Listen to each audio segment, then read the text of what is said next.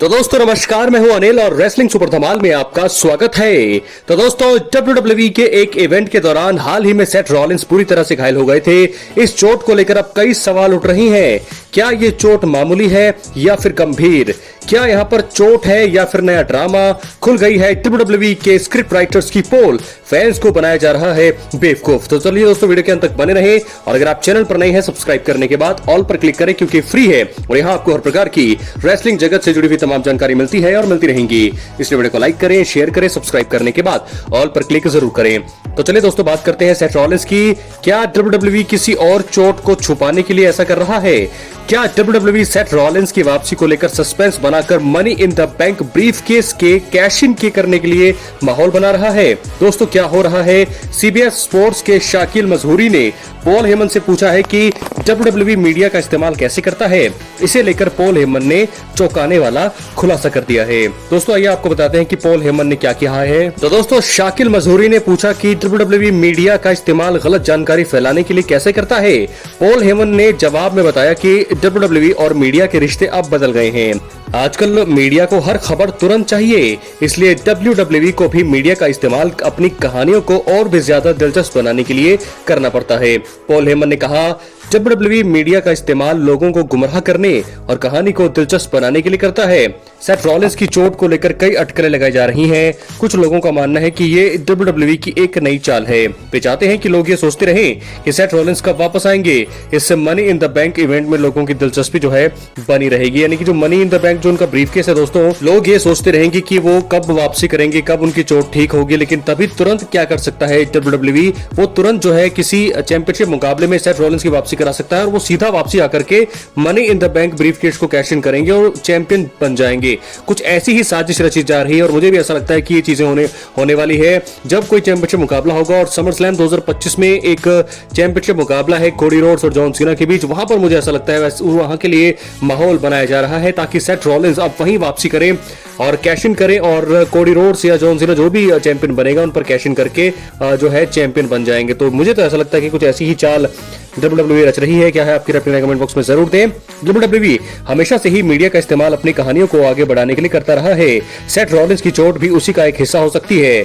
WWE चाहता है कि लोग इस बारे में बात करें और अनुमान लगाएं। इससे उनके इवेंट्स को और भी ज्यादा पब्लिसिटी मिलेगी। ऐसे में क्या सेथ रॉलिंस की चोट WWE के मीडिया का इस्तेमाल करने का एक एग्जाम्पल है? ये कहना मुश्किल है, लेकिन ये जरूर है कि WWE हमेशा से ही मीडिया का इस्तेमाल अपनी कहानियों को दिलचस्प बनाने के लिए करता रहा है। तो दोस्तों, क्या है आपकी राय कमेंट बॉक्स में जरूर दें।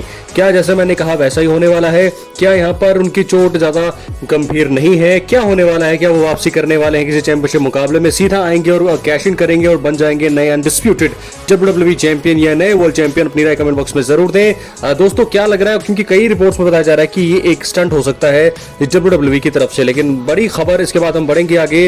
रोमन रेंस को अगले 2 मंडे नाइट रॉ के लिए एडवर्टाइज किया गया है, जो कि रोमन रेंस फैंस के लिए बहुत ही अच्छी खबर है। हमें उनके प्रोमो देखने को मिलने वाले हैं बहुत टाइम के बाद और रोमन रेंस की वापसी समर स्लैम के लिए हुई है। बहुत ही तगड़ी उनकी मुझे लगता है कि वापसी हुई है और अब जाकर के मुझे लगता है कि बहुत ही बड़ा मुकाबला होने वाला है उनका। वापस आकर के उन्होंने जो है बहुत ही बड़ा तहलका मचा दिया है। रॉ में वापसी करते ही उन्होंने ब्रॉन ब्रेकर और ब्रॉन्सन रीड पर हमला किया और अब WWE ने बताया है कि रोमन रेंस समर स्लैम से पहले रॉ के 2 एपिसोड में दिखाई देंगे। ऐसे में दोस्तों, हलचल अब तेज हो गई है कि रोमन रेंस आने वाले 2 हफ्तों में, यानी कि अभी पहले हफ्ते में वो क्या बोलने वाले हैं, कैसा उनका प्रोमो रहने वाला है। ब्रॉन ब्रेकर, ब्रॉन्सन रीड और पॉल हेमन जरूर उन्हें कन्फ्रंट करना चाहेंगे। मुझे ऐसा लगता है कि सीधा चैलेंज करेंगे समर स्लैम 2025 के लिए ब्रॉन ब्रेकर को। ये सारी चीजें मुझे लगता है होने वाली है और रोमन रेंस के आते ही अब हर चीजें बदलेगी, हर चीजों में बदलाव होगा। सेथ रॉलिंस का तो मैंने आपको बता दिया कि उनका कुछ भी पता नहीं है कि कब तक वो वापसी करेंगे, लेकिन फिलहाल अब बदलाव जो है पूरी तरह से तय होंगे। कुछ ही हफ्ते बचे हैं समर स्लैम 2025 के लिए। ऐसे में रोमन रेंस की मौजूदगी में यह पता चल जाएगा कि वो इस बड़े इवेंट में क्या करने वाले हैं। चाहे वो CM पंक के साथ मुकाबला करे, क्योंकि CM पंक को दोस्तों उन्होंने उठाया नहीं था, जे उसो को उठाया था। तो CM पंक के साथ भी मुझे लगता है कि उनका कोई रिश्ता नहीं है। CM पंक के साथ भी उनकी चीजें ठीक नहीं है। या फिर वो गुंथर को भी चैलेंज कर सकते हैं या फिर अपना WWE में दबदबा बनाने के लिए अनडिस्प्यूटेड चैंपियनशिप के लिए वो जा सकते हैं। ये तो तय है कि उनकी राहें आसान नहीं होगी। रेंस वापस आ गए हैं और इससे WWE में अब बहुत कुछ बदलने भी वाला है। क्या लगता है आपको? अपनी राय कमेंट बॉक्स में जरूर दें। चैनल पर नए सब्सक्राइब करने के बाद ऑल पर क्लिक करें। तो दोस्तों, रोमन रेंज की वापसी तो हो गई है, लेकिन अब देखना होगा कि वापसी आने पर अगले 2 हफ्ते जो रॉक में वो आने वाले हैं, तो वो क्या अनाउंस करने वाले हैं, क्या चैलेंज करने वाले हैं, किसे चैलेंज करने वाले हैं, ये तो देखने वाली बात होने वाली है। तो फिलहाल ये तो खबर थी रोमन रेंज को लेकर के। समर स्लैम में होंगे दोस्तों कई खतरनाक मुकाबले, चैंपियनशिप के लिए भिड़ेंगे रेसलर्स। आपको थोड़ी सी लिस्ट बता दें जो अभी तक जो है मुकाबले बुक किए हैं। WWE में समर स्लैम में होने वाले मुकाबलों की लिस्ट जो है कुछ जारी हो गई है। इसमें कई बड़े और रोमांचक मैच होंगे। जॉन सीना और कोडी रोड्स के बीच WWE अनडिस्प्यूटेड चैंपियनशिप के लिए मुकाबला होगा।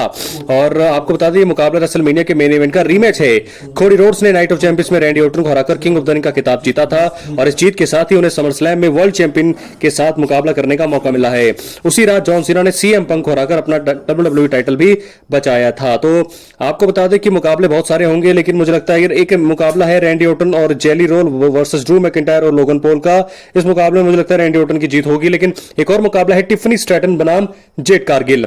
Tiffany Stratton WWE women championship के लिए जेड कारगिल से भिड़ेंगी। कारगिल ने फॉर्मर वर्ल्ड चैंपियन ऑस्का को हराया था और इस जीत के साथ ही उनका जो अपना मुकाबला है फिक्स हुआ है टिफनी के खिलाफ समर स्लैम में। तो कौन जीतेगा दोस्तों? मुझे ऐसा लगता है कि जेड कारगिल बन जाएगी नई वुमेन चैंपियन और उसके साथ साथ ही बेकी लिंच बनाम लायरा विल्किरिया एक बार फिर आमने सामने है इंटरकॉन्टिनेंटल चैंपियनशिप के लिए। बहुत सारे मुकाबले इनके आपस में हो चुके हैं, लेकिन इस बार मुझे लगता है कि लायरा विल्किरिया बन जाएगी नई वुमेन इंटरकॉन्टिनेंटल चैंपियन। बहुत सारे सवाल है, मुझे ऐसा लगता है कि लायरा विल्किरिया ही आगे आने वाले समय में WWE का भविष्य है, तो उन्हें जो है जीत के लिए बुक किया जा सकता है। उसके बाद एक होगा ट्रिपल सेट मुकाबला वुमेन्स वर्ल्ड चैंपियनशिप के लिए। रिया रिप्ली और इयो स्काई भिड़ेंगी नियोमी के साथ। नियोमी अभी वर्ल्ड चैंपियन बनी है। ये कार्ड बहुत अच्छा है, ट्रिपल थ्रेट मुकाबला होगा।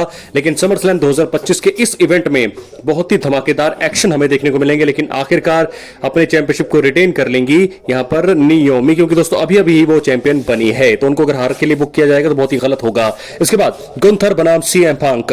गुंथर वर्ल्ड हैवीवेट चैंपियनशिप के लिए CM पंक से मुकाबला करेंगे। पंक ने रो पर एक गॉन्टलेट मुकाबला जीतकर टाइटल के लिए टॉप कंटेंडर का स्थान हासिल कर लिया है। रॉलिंस को घुटने में चोट लगने के कारण सिचुएशन थोड़ी मुश्किल हो गई थी।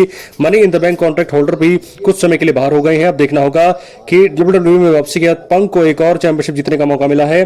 क्या यहां पर CM पंक उन्हें हरा पाएंगे या फिर नहीं? देखने वाली बात तो बिल्कुल होगी दोस्तों। क्या यहां पर CM पंक बनेंगे 14 सालों के बाद पहली बार वर्ल्ड चैंपियन, या फिर एक बार फिर गुंथर जो है अपनी बादशाहत को कायम रखने वाले हैं CM पंक के खिलाफ? ये बहुत ही बड़ा मुकाबला होगा। और साथ के साथ ये तो बड़ा मुकाबला है ही, नाइट 2 का main event Cody Rhodes versus John Cena. इस मुकाबले में मैंने आपको जैसे कि पहले बताया कि रॉलिंस के आने की संभावना है और इस मुकाबले में जॉन सीना की बादशाहत को खतरा है और जीत सकते हैं यहां पर कोडी रोड्स अपने चैंपियनशिप को दोबारा से। जॉन सीना की हार होगी और जॉन सीना की हार के साथ ही उनका बेबी फेस भी टर्न हो जाएगा। और साथ के साथ जब कोडी चैंपियन बनेंगे तो रॉलिंस की म्यूजिक बजेगा, रॉलिंस की वापसी हो जाएगी। रॉलिंस यहां पर स्टंप लगाएंगे, यहां कोडी रोड्स को 1 2 3 करके बन जाएंगे नए अनडिस्प्यूटेड WWE चैंपियन। क्या है आपकी राय? अपनी राय कमेंट बॉक्स में जरूर दें। चैनल पर नए सब्सक्राइब करने के बाद ऑल पर क्लिक करें। दोस्तों मिलते हैं अगली वीडियो में, तब तक के लिए एक्टिव रहें चैनल पर। बहुत बहुत धन्यवाद।